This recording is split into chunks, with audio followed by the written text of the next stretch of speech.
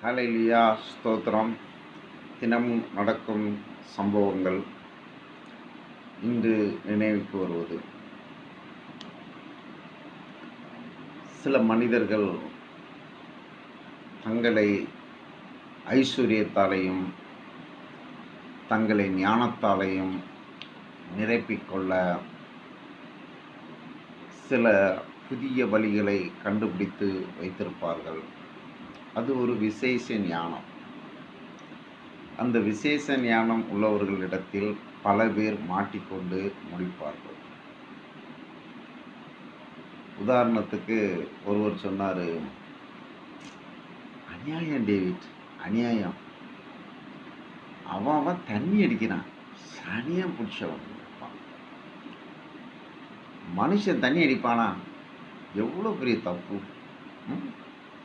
போட்டரை வாங்குறானுங்களா, கிளாஸில் வைக்கிறானுங்களா, ஊற்றுறானுங்களா, 3 செட்டை கீழே விடுறானுங்களா, அப்படி மூக்கு இழுக்கிறானுங்களா, கையை நினைக்கிறானுங்களா, ஊறுகாய் நினைக்கிறானுங்க, தண்ணி அடிக்கிறானுங்க. என்னதான் தப்பு? தண்ணியே அடிக்கக்கூடாதுப்பா. ஆனால் பாரு டேவிட், நான் மட்டும் சாயந்தரம் ஒரு பெக் அடிச்சுக்குவேன். தண்ணி அடிக்கிறது தப்பு, தண்ணி அடித்தா தப்பு அப்படின்னு பேசின ஒரு மனுஷன் அந்த பேசி முடிச்சுட்டு சொல்கிறாரு, நான் மட்டும் சாயந்தரம் ஒரு பெக் அடிச்சுக்குவேன். இது காமெடியாக இருந்தாலும் அப்படி பேசுகிறதும் அப்படி செயல்படுறதும் ஒரு விசேஷ ஞானம். எனக்கெல்லாம் அது இல்லைங்க. நான் வியாபாரத்துக்கு போகும்போது ஒரு பொருளை என்னென்ன ரா மெட்டீரியல் இவ்வளோ அளவுன்னு போட்டு தயாரித்து அதை கொண்டு ஒரு கடையில் கொடுக்க போகிறாங்க. அங்கே அதில் மேனேஜ்மெண்ட்டில் இருக்கிற ஒருத்தர் அந்த பொருள் எடுத்துகிட்டு பார்த்து, என்னப்பா தலையானா, நீ போன வாட்டி கொடுத்த தலையானை எப்படி இருக்குது, இது எப்படி இருக்குன்னா எப்படி போடுறா, ஒரு வாட்டி போட்டால் ஒரே மாதிரி போட மாட்டியா, இப்படி குவாலிட்டியை மட்டம் பண்ணி போடுறியே அப்படின்னாரு. இப்போ நான் சொன்னேன், பாய் அது எல்லாமே வாங்கி நான் அசம்பிளிங் பண்ணுறேன், இது இவ்வளோ மெட்டீரியல், இது இவ்வளோ மெட்டீரியல், இது இவ்வளோ மெட்டீரியல் அளவு போட்டு தான் போடுறேன், அதனால் ஒன்றுக்கு ஒன்று வித்தியாசம் வர வாய்ப்பு இல்லையே. என்ன அப்படியா அப்படின்ட்டு எடையை போட்டால் ஏற்கனவே கொடுத்த பழசும் புதுசும் ஒரே வெயிட் இருக்குது, ஒரே பீஸ். அப்போ அவர் ஏன் தப்பாக சொன்னார் அப்படின்னு கேட்குறீங்களா? அது அவங்களுடைய மனநிலை, அவங்களுடைய பர்ச்சேசிங் மைண்டு. இதை பற்றி ஒரு பெரியவங்ககிட்ட கேட்கும்போது சொன்னாங்க, ஊர் சிரித்தது மக்கள் சிரித்தார்கள், மக்கள் சிரித்தார்கள் ஊர் சிரித்தார்கள். ஒவ்வொரு காலகட்டங்களையும் ஒவ்வொரு ஊரில் ஒவ்வொரு வியாபாரிங்க நல்ல மனப்பக்குவத்தோடு நடக்கும்போது அந்த ஊரும் அந்த வியாபாரமும் அந்த நாடும் செழிக்கும். ஒரு சில இடங்களில் ஒரு சில குற்றவாளிகள் சேர்ந்து இந்த மாதிரி தவறான வாழ்க்கையை நடத்தும்போது அவங்களால பாதிக்கப்படும் போது அந்த தொழிலும் பாதிக்கப்படுது. இதை புரிஞ்சிக்காமல் இன்ஸ்டன்ட் லாபமாக செய்கிற தப்பு செய்கிற மனிதர்கள் இருக்கிறாங்க. அது எல்லா ஃபீல்டுலேயும் இருக்கிறாங்க. உதாரணத்துக்கு ஒரு சில ஆஃபீஸில் போயிட்டோம்னா அங்கே அந்த மேனேஜ்மெண்ட்டில் ஒரு பர்டிகுலர் மாவட்டத்தை சேர்ந்தவங்களும் பர்டிகுலர் சமுதாயத்தை சேர்ந்தவங்களும் இருப்பாங்க. புதுசாக போகிறவங்க இந்த ஆஃபீஸில் கை வைக்கவோ இல்லை நிற்கவோ ஒரு கையை கட்டி ஒரு மரியாதை கொடுத்தா தான் அவங்ககிட்ட ஆர்டரோ பிஸ்னஸோ பண்ணுவாங்க. இல்லைன்னா அவங்கள விரட்டி விட்டுருவாங்க. அவங்கள மீறி அங்கே யாரும் உள்ளேயும் போக முடியாது, வெளியும் வர முடியாது. ஹெட் கண்ட்ரோலில் இருந்துக்கிட்டு ஒரு ராஜ்யம் பண்ணுவாங்க. அந்த ராஜ்யம் பண்ணுறவங்க 100 கம்பெனியில் 10 கம்பெனி வாங்கும், 90 கம்பெனி அவங்களாலேயே அழிஞ்சு போயிடும். அப்போ இதுக்குள்ளே நம்ம எப்படி வியாபாரம் பண்ணுறோன்னா, இந்த மனிதர்கள்ட்ட இந்த குணாதிசயங்கள் இருக்குது அப்படிங்கிறது எக்ஸ்ப்ளனேஷனாக ஒரு பெரியவங்க சொன்னாங்க. ஆமாங்க, கம்யூனிட்டி ரீதியாக மாவட்ட ரீதியாக திறமைசாலிகள் பலவிதமான குறுக்கு வழிகளை கண்டுபிடிச்சி அடுத்தவங்களை கொடுமைப்படுத்தி அதில் சந்தோஷப்படுறவங்க இருக்கத்தாங்க செய்கிறாங்க. அதில் பாதிக்கப்படும் போது நார்மல் மனிதன் சண்டை போட்டு வந்திருப்பான், கொஞ்சம் அனுபவப்பட்ட மனிதன் பொறுமையாக இருந்தவங்ககிட்ட அவங்ககிட்ட தான் ஸ்கேலில் இருந்து வியாபாரம் பண்ணுவாங்க. இப்படி தான் என்னுடைய நண்பர் ஒருத்தர் கெமிக்கலில் நல்லா படித்து ஒரு பெயிண்ட் கம்பெனிலையும் ஒர்க் பண்ணி அதுக்கப்புறம் இன்னொரு ஹையஸ்ட் கம்பெனியில் வேலை கிடச்சோன்னா வேலைக்கு போனார். சைடில் இன்னொரு பிஸ்னஸும் ஆரம்பித்தார். அப்போ அவரோட இன்னொரு ஃப்ரெண்டு இந்த மாதிரி என்கிட்ட காசு இருக்குது, பணம் இருக்குது, ஏதாவது தொழில் இருந்தால் சொல்லி செய்யலாம் அப்படின்னு கேட்குறாப்புல. அப்போ இவரு சொல்றாரு, "நான் அந்த ஒரு ஃபேமஸான கம்பெனியில பெயிண்ட் ஃபார்முலாவில் இருந்தேன், படிச்சிருக்கேன். அந்த கம்பெனி வேணா சின்னதா ஸ்டார்ட் பண்ணு. நான் வேணா ஃபார்முலா போட்டு உனக்கு தரேன். லாபத்தில எனக்கு ஒரு ஷேர் கொடு" அப்படின்னாப்புல. சரி அப்படின்னு சொல்லிட்டு அந்த கம்பெனிக்கு உண்டான ரா மெட்டீரியல் எல்லாம் வாங்கி, அந்த பெயிண்ட்ட தயாரிச்சு, அவருடைய இன்னொரு ஃப்ரெண்டுகிட்ட போய் அத விக்கிறதுக்காக சாம்பிள் எடுத்துட்டு போறாரு. ஏன்னா ஃப்ரெண்ட்ஷிப்ல உள்ள பிசினஸ் கிடைக்கணுங்கிறதுக்காக. அங்க போன உடனே அந்த பெயிண்ட்ட ஓப்பன் பண்ணி, அந்த ஓனரு, ஃப்ரெண்டு அப்படியே கையில தொட்டு பார்த்துட்டு, "புதுசா நீ கொண்டு வர பெயிண்டெல்லாம் நான் வச்சுக்கிட்டு எப்படி இது பண்றது? என்னதான் இருந்தாலும் ஒரு கம்பெனி பெயிண்ட் மாரி இது இல்ல தானே. அதனுடைய குவாலிட்டிய பாரு, இதனுடைய குவாலிட்டிய பாரு.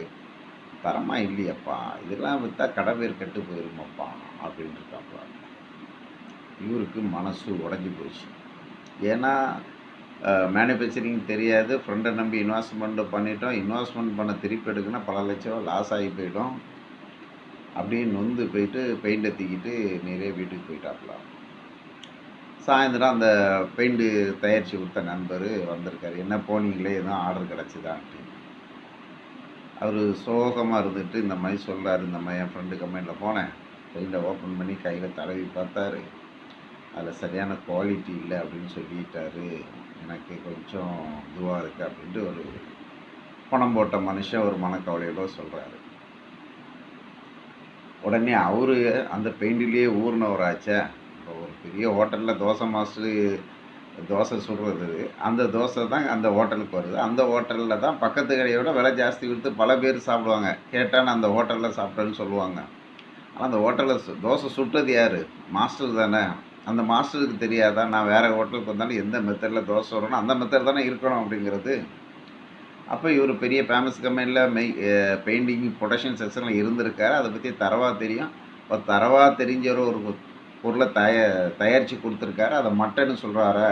அப்போ இது எப்படி ஏற்றுக்கொள்ள முடியுங்கிற ஒரு கேள்வி வந்த உடனே அவர் என்ன பண்ணார், திரும்பி போங்க, வேறு ஆளை விட்டு அவர் கடையில் அவர் சொல்கிற பிராண்டு கம்பெனி ஒரு 6 லிட்ரு பெயிண்டை வாங்கிட்டு வாங்க அப்படின்னு சொன்ன உடனே வேறு ஆளை விட்டு ஒரு 6 லிட்டர் அந்த பிராண்டட் பெயிண்டே வாங்கிட்டு வந்துட்டார்.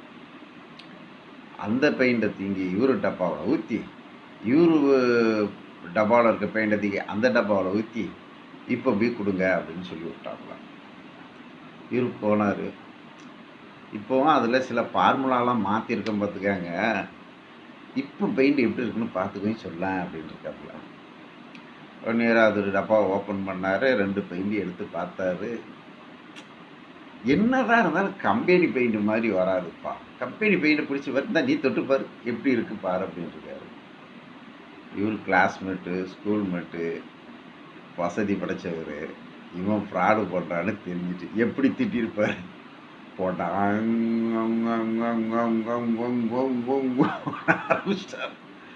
பிடிச்சி கண்ணாம்புள்ளான்னு திட்டிட்டு, ஏன்டா பைத்தியக்கார பயல, ஏன்டா புத்திசாலி, ஏன்னா நண்பர் என்ன உரிமையாலும் தெரியல, நான் முதலீடை போட்டு என்னுடைய நண்பரை நம்பி ஒரு ஃபேக்ட்ரி ஆரம்பிச்சிருக்கேன். உன்னால் இதை பர்ச்சேஸ் பண்ண முடியாது சூழ்நிலை இருந்தாலும் என்கிட்ட சொல்லியிருக்கலாம். மொத்தம் என் மனசை உடைக்கிறிய, இதெல்லாம் நீ நல்லதா அப்படின்னு சொல்லி கண்ணாமண்ணான்னு திட்டிருக்காரு. அப்புறம் அவன் பே பே பே பே பே பே பே பே பேன்னு வாயை அடிச்சிருக்கான். ஏன்னா அவனுடைய புத்தி அந்த மாதிரி நான் சொல்கிறோம் இல்லையா, சில சமுதாயத்துடைய புத்தி, சில மாவட்டத்தினுடைய புத்தி, சிலவங்களை கொடுமைப்படுத்தி தாங்கள் வாழணுங்கிறதுக்காகவே வாழ்கிற ஒரு மக்கள் இந்த பூமியில் இருக்கத்தான் செய்கிறாங்க. அதை தான் வேதம் சொல்கிறது, நீதிமானுக்கு நீதிமானாகவும் மாறுபாடு உள்ளவனுக்கு மாறுபாடு உள்ளவனாகவும் தோன்றுவேன். ஆமாங்க, இந்த உலகத்தில் மாறுபாடான மனிதர்கள் தாங்கள் வாழுகிறதுக்காக பிறரை கெடுக்கிறவங்க இருக்கிறாங்க, தாங்கள் வாழ்கிறதுக்காக பிறரை கெடுக்கிறவங்களாக இருக்காங்க. அவங்க மத்தியிலிருந்து கடவுள் தாங்க நம்மளை காப்பாற்றணும். இப்படிப்பட்ட மனிதர்கள் எல்லா சூழ்நிலையிலும் இருந்துட்டு இருப்பாங்க. தனக்கு லாபமே இருக்காது ஆனாலும் பிறரை கெடுப்பாங்க. தனக்கு சம்மந்தமே இருக்காது ஆனாலும் பிறரை கெடுப்பாங்க. ஒரு மரத்தில் இலை விழுந்துடக்கூடாது, ஒரு வெள்ளை அடிக்கும்போது பெயிண்ட் பற்றக்கூடாது, பக்கத்து வீட்டில் டச் ஆகிடக்கூடாது, தனக்கு லாபம் இல்லைனாலும் அடுத்தவனுக்கு எடுக்கணும். அப்படிங்கிற குணாதிசயங்கள் படைச்சவங்க மத்தியில் நம்மளை காப்பாற்றுறது கடவுள் மாத்திரம் தாங்க முடியும். அல்லேலூயா. கடவுள் நம்மளை ஆசீர்வதிப்பாராக. உலகம் பல விதமானது. கோணலும் குறுகலான அந்த உலகத்தில் நாம் குற்றமற்றவர்களாய் வாழ்ந்து கொள்வோம். அல்லேலூயா. ஆமென்.